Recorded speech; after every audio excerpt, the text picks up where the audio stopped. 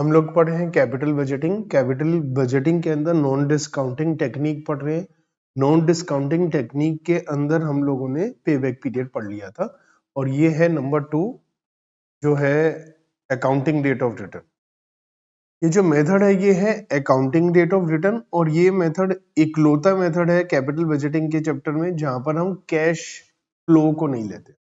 पिछली क्लास में हमने सीखा था कैश फ्लो कैसे निकालते हैं, profit after tax plus depreciation या नॉन कैश एक्सपेंसेस, लेकिन ये प्रॉफिट आफ्टर टैक्स को कंसीडर करेगा, कैश फ्लो को नहीं, इसलिए इसका नाम है अकाउंटिंग रेट ऑफ रिटर्न। तो बस इकलौता यही है जहां कैश फ्लो नहीं निकालना है, प्रॉफिट निकालना है, और ये बहुत ही कम चलता है। आगे हम देखेंगे सबसे ज्यादा जो मेथड चलता है वो 2 मेथड है, NPV net present value method जो डिस्काउंटिंग कैश फ्लो टेक्निक पर है, और IRR internal rate of return. Mainly वो 2 चैप्टर ही हैं जो सबसे ज्यादा चलते हैं। ये एग्जाम में बाई चांस ना आ जाए इसलिए हम पढ़ रहे हैं। एग्जाम में आ गया, इजी है, सिंपल है, एग्जाम में आ गया तो आप छोड़े ना, इसलिए। एआरआर मतलब accounting rate of return, accounting profit पर रिटर्न पर बेस्ड है और इन्वेस्टमेंट की रेट ऑफ रिटर्न निकालता है ये। तो इसमें क्या फायदा है, ये सिंपल है, पूरी लाइफ को कंसीडर करता है। जैसे पे बैक पीरियड तो केवल तभी तक का प्रॉफिट कैश इनफ्लो कंसीडर करता है जब तक पैसा वापस ना आ जाए, ये पूरी लाइफ को कवर करता है। प्रॉफिट की परसेंटेज आती है, डेप्रिसिएशन को भी कंसीडर करता है, ये लॉन्ग टर्म प्रोजेक्ट के लिए यूजफुल है, वेल्थ के लिए मतलब बात बता रखी है। तो डीमेरिट क्या है कि टाइम वैल्यू ऑफ मनी मतलब प्रेजेंट वैल्यू को नहीं कंसीडर करता है, जो आगे आने वाले मेथड कंसीडर करेंगे, और कैश फ्लो को कंसीडर नहीं करता है, प्रॉफिट को कंसीडर करता है, ठीक है। और हमें ये पता लगाना मुश्किल है कि fair rate of return investment पर क्या है, मतलब कि मान लिया हमें प्रॉफिट हो रहा है अकाउंटिंग रेट ऑफ रिटर्न 15%, तो अब हमें कैसे पता चले कि हमें इस प्रोजेक्ट को चूज करना चाहिए या नहीं, 15% सही है या नहीं, काफी है या नहीं, ये कैसे पता लगाए, ये थोड़ा सा मुश्किल का। चलिए हम बात करते हैं। और तीसरी बात की इन्वेस्टमेंट क्या है ये नहीं पता, और इनकम क्या है ये नहीं पता, थोड़ा सा इसमें कंफ्यूजन रहता है। चलिए अब हम बात करते हैं फॉर्मूला क्या होगा।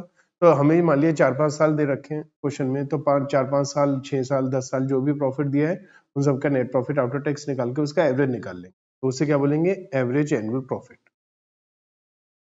ठीक है। और उसे डिवाइड कर देंगे हम किससे, एवरेज इन्वेस्टमेंट से। कुछ लोग इसे इनिशियल इन्वेस्टमेंट से भी डिवाइड करते हैं, तो दोनों ही ठीक है, या तो एवरेज या इनिशियल इन्वेस्टमेंट से।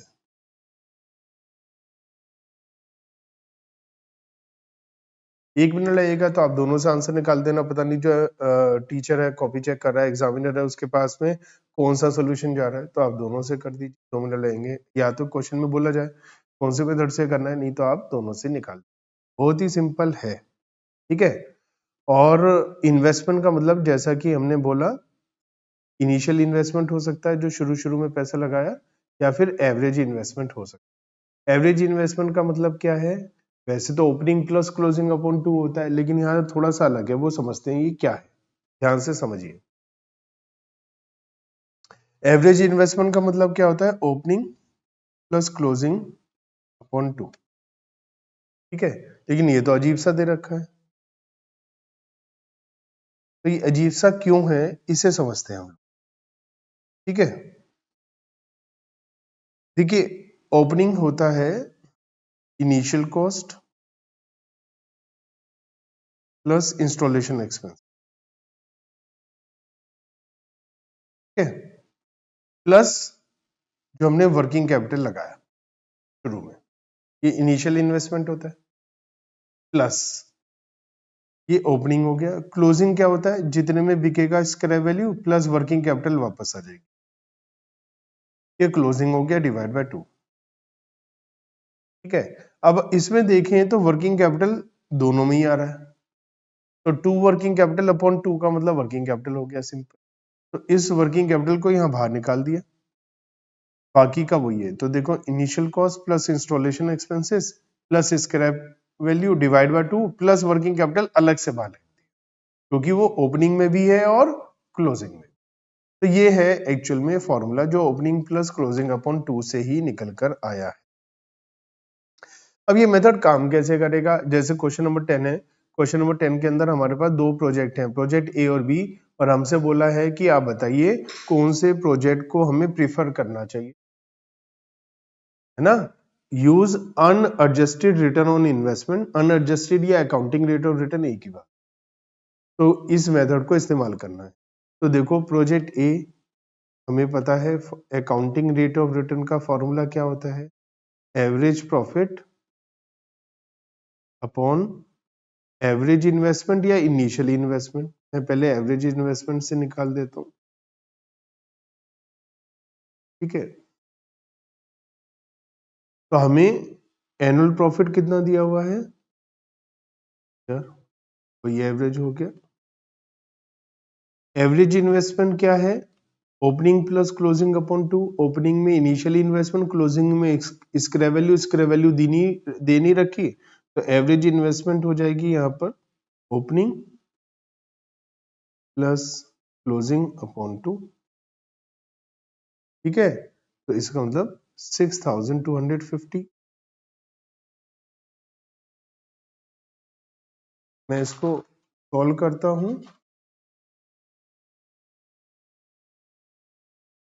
कितना आ गया 32, ठीक है। और मैं इसी को अगर एवरेज की जगह अकाउंटिंग रेट ऑफ रिटर्न में निकालता हूं, average annual profit divide by initial investment into 100, तो 2000 ऑन 12,500 इनिशियल इन्वेस्टमेंट है, तो आंसर मेरा 16 आ जाएगा, ठीक है। तो अगर मैं ए को बी से कंपेयर करूंगा तो कंपैरिजन का रिजल्ट सेम ही आएगा, क्योंकि दोनों में या तो हम एवरेज लेंगे या दोनों में इनिशियल लेंगे। अब मैं बात करूं बी प्रोजेक्ट की, और उसमें एवरेज प्रॉफिट है 1500, और एवरेज अमाउंट कितना हो जाएगा 10,000 प्लस 0.2 मतलब 5,000 ना, 30% आ जाएगा। और अगर मैं इनिशियल इन्वेस्टमेंट पे देखूंगा तो 15% आ जाएगा।